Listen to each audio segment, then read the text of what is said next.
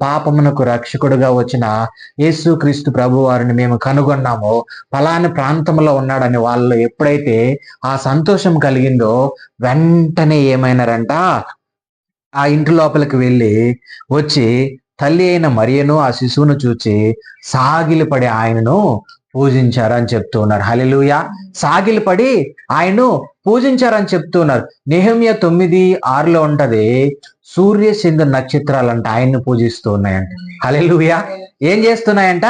సూర్యుడు, చంద్రుడు, నక్షత్రాలు అవన్నీ కలిసి ఏం చేస్తున్నాయంట? తండ్రి అయిన దేవుణ్ణి పూజిస్తూ ఉన్నాయి.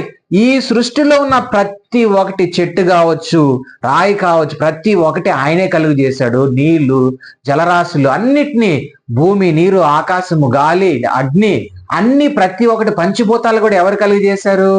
దేవుడే కలుగు చేశాడు. ఇవన్నీ కూడా ఆయన్నే ఆరాధిస్తూ ఉన్నాయంట. హల్లెలూయా. మనం కూడా మన కొరకు ఆయన విడవకూడని భాగ్యమును విడిచి వచ్చిన ఆయన్ని మనం పూజించాలి, కానీ ఈ లోకంలో ఉన్న దేనిని కూడా మనం ఏం చేయకూడదు? పూజించకూడదు. నువ్వు దేవుని రక్తంలో కడగబడి ఉన్న నువ్వు దేని మీద ఆశ పెట్టుకోకూడదు, దేని మీద నువ్వు ఆధారపడకూడదు. దేవుని మీద ఆధారపడాలి, దేవునినే పూజించాలి, దేవుణ్ణే ఆరాధించాలి, దేవుణ్ణే స్తుతించాలి. ఆయనని గణపరిచావనుకో నువ్వు ఆశీర్వదింపబడతావు.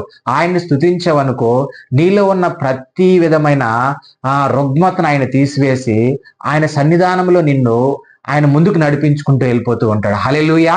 అయితే మనం జ్ఞాపకం చేసుకోవాల్సింది ఏంటంటే, ఈరోజు కొన్ని విషయాలు మీకు గుర్తు చేస్తాను. చూడండి, యెహోషువ గ్రంథం తీయండి, 10వ అధ్యాయము.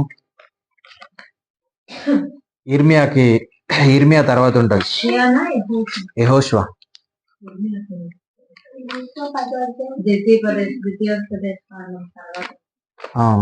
సారీ,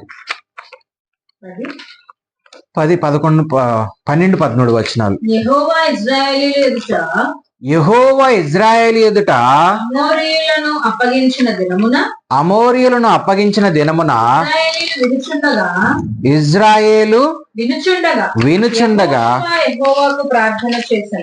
యెహోషువ యెహోవాకు ప్రార్థన చేసెను. సూర్యుడా నీవు గిబియోనులో నిలువుము, చంద్రుడా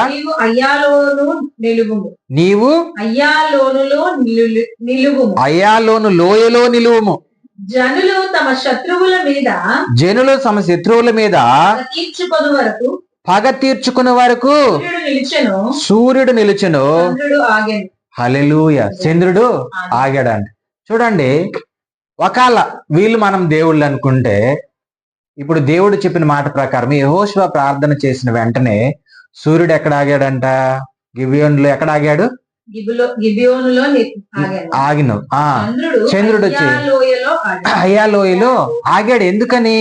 ఆ యుద్ధము జరిగినంత వరకు మీరు పలానా ప్లేసుల్లో ఆగండి అని దేవుడు ఎప్పుడైతే వాటికి వాక్ ఇచ్చినాడు, వెంటనే ఆ ప్లేసుల్లో అలాగే ఉండిపోయినాయి.